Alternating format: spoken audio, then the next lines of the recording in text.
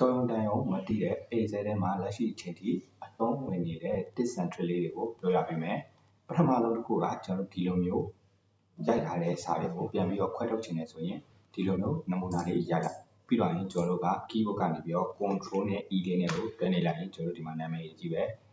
ဝင်သွားပြီနော်နောက်တစ်ခွက်မှာလည်းကျွန်တော်တို့က control နဲ့ e လေးပဲဆက်နေဒါဆိုရင်ကျွန်တော်တို့ဒီမှာ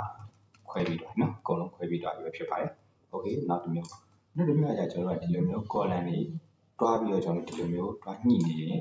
ကြာတယ်ကွာတွားမညှိတော့ဘူးကျွန်တော်တို့ကတစ်ခါတည်း column လေးကိုအချင်းကျဲလုပ်မယ်ဒါဆိုရင်ကျွန်တော်တို့ဒီနေရာလေးမှာဆက်လက်လေးပေးလိုက်မယ်ပြီးရင်ကျွန်တော်တို့က column ကိုကျဲခြင်းနဲ့အချင်းကျဲလုပ်ခြင်းနဲ့ဆိုရင်ကျွန်တော်တို့ဒီမှာဒီ column နှစ်ခုကြားလေးထဲမှာနော်ဒီလိုပုံစံလေးထဲမှာ double click လေးနဲ့လိုက်ဒါဆိုရင်ဒီမှာကျွန်တော်တို့ auto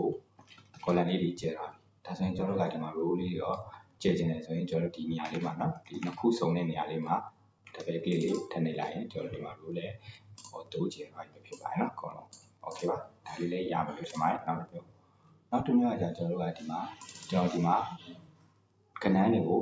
1000ကြီးရိုက်ထားတယ်ဒီလိုမျိုး1000ကြီးရိုက်ထားတာကိုကျွန်တော်တို့ကဒီလိုမျိုးဖိနဲ့တွားနေမယ်ဆိုရင်ကျွန်တော်တို့မရောက်တော့ဘူးအဲ့ဒါကြောင့်ကျွန်တော်တို့ကအောက်က1000ကြီးကိုတန်းရောက်သွားအောင်လို့ control key လေးကိုပြီးတော့ထောင်းနေလို့ရနေတယ်ဒါဆိုရင်အောက်က1000ကြီးတန်းပြီးတော့ရောက်သွားတယ်အပေါ်ကိုပြန်တက်ချင်တယ်ဆိုရင် control နဲ့ arrow လေးကိုထပ်နေလိုက်ရင်အပေါ်ကိုတန်းရောက်သွားမယ် okay နော်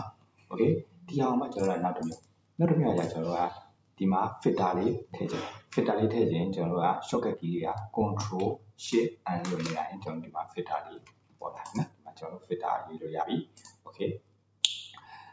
ကျွန်တော်တို့ဒီ filter ကိုပြန်ပြီးတော့ဖြောက်ချင်တယ်ဆိုကြားတယ် control shift and လေးကိုပဲထည့်နေလိုက်ရင်ဒီမှာဖြောက်သွားနော် okay နောက်တစ်မျိုးကကျွန်တော်တို့ကဒီမှာတင်းနဲ့ပေါင်းတော့နော်တုံးဆိုရင်ကျွန်တော်တို့ကဒီမှာကျွန်တော်က1000ထိ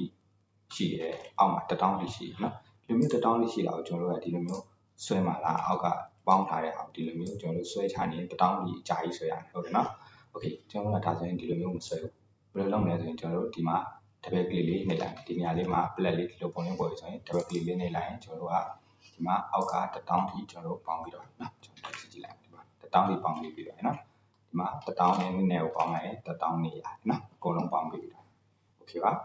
ဒီဗီဒီယိုလေးရမယ့်ဆိုတော့အကျိုးရှိမယ်လို့ထင်ပါတယ်ဗျကြည့်ရှုပေးဖို့ thank you ပါ